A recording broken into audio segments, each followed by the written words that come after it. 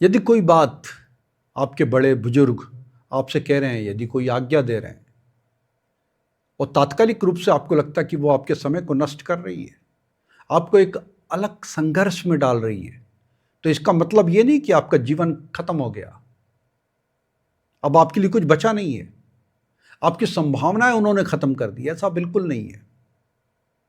ऐसे तमाम उदाहरण श्री राम के जीवन में मिलते हैं, जब उन्होंने अपने पूरे जीवन को झोंक दिया केवल बड़ों की आज्ञा पालन करने के लिए, जरा भी सोचा नहीं। क्योंकि जीवन इतना समग्र है, इतना बड़ा है, इतना विशाल है कि वो विपरीत को भी समर्थन कर देता है, आपको भी समर्थन कर देता है, आपके किसी नए काम को भी समर्थन कर देता है। आप यदि किसी संघर्ष में झोंके जा रहे हैं तो वो भी आपको ताकत देता है, स्ट्रेंथ देता है, और ये श्री राम के जीवन में बड़ा स्पष्ट रूप से दिखता है। इसलिए मैं हमेशा कहता हूं कि यदि बच्चे कुछ विपरीत स्थितियों में भी जा रहे हैं, यदि किसी प्रकार का संघर्ष उनके जीवन में आ गया है, तो वे राम की तरफ देखें, श्री राम की तरफ देखें कि उससे बड़ा संघर्ष तो नहीं है उनके जीवन में, उससे बड़ी आपदा और विपदा तो नहीं है उनके जीवन में। यदि नहीं है तो फिर किस बात का डर है?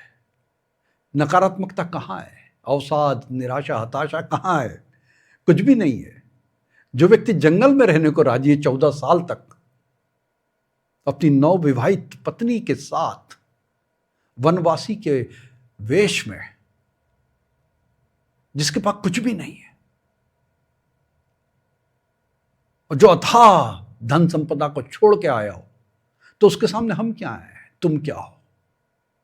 तो इसलिए जो भी युवा हैं, जो भी छात्र हैं, उन्हें इस बात को याद रखना पड़ेगा कि जब भी वो कोई निर्णय ले रहे हैं जो नकारात्मक है, जो हताशा से भरा हुआ है, उन्हें केवल और केवल श्री राम के जीवन की तरफ देखना है। और जब भी वो ऐसा कर पाएंगे तो निश्चित तौर पर एक सकारात्मक, एक पॉजिटिविटी उनके जीवन में आएगी।